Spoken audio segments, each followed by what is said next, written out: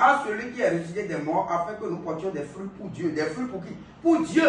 Au fait, c'est tout le problème. Comme je disais encore quelqu'un, quand tu as donné ta vie au Seigneur Jésus-Christ, depuis que moi j'ai rencontré Christ, c'est vrai, je n'ai pas de depuis quand j'allais à l'église. Donc, il faut faire la différence entre aller à l'église, c'est-à-dire, quand on dit même aller à l'église, aller à un lieu de prière, à un lieu de culte, à un lieu de rassemblement des chrétiens, et recevoir Christ. C'est deux choses différentes. Non, quand j'allais à l'église, je n'ai pas de ça. Mais depuis que j'ai rencontré Christ, le message est venu dans mon cœur. Et l'Esprit de Dieu m'a convaincu. Et j'ai donné ma vie à Christ, donné mon cœur. Il n'y a rien à faire depuis ce temps. Je ne vis que pour une seule chose.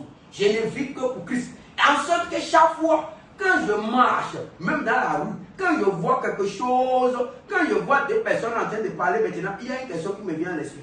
Qu'est-ce que Dieu dit de ça? Qu'est-ce que la Bible dit de ça?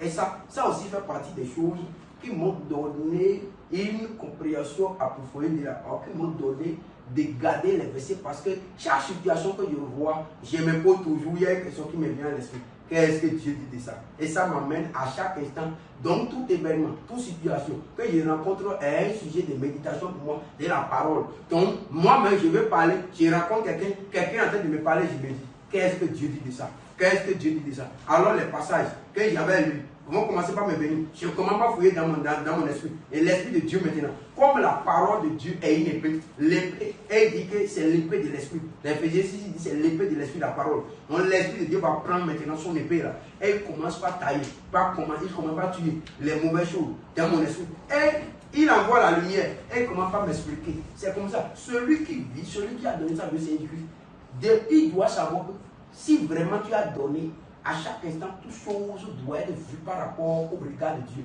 Comment Dieu voit ça? Qu'est-ce que Dieu dit de ça? Qu'est-ce que Dieu veut? Qu'est-ce que Dieu veut de moi? Donc il vit pour Dieu. Quand tu vis pour Dieu, tu vas porter des fruits pour qui? Pour Dieu. Il dit, afin que nous portions des fruits pour Dieu et non pour les hommes.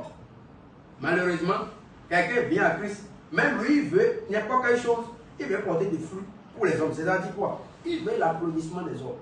Qu'est-ce que les hommes en disent?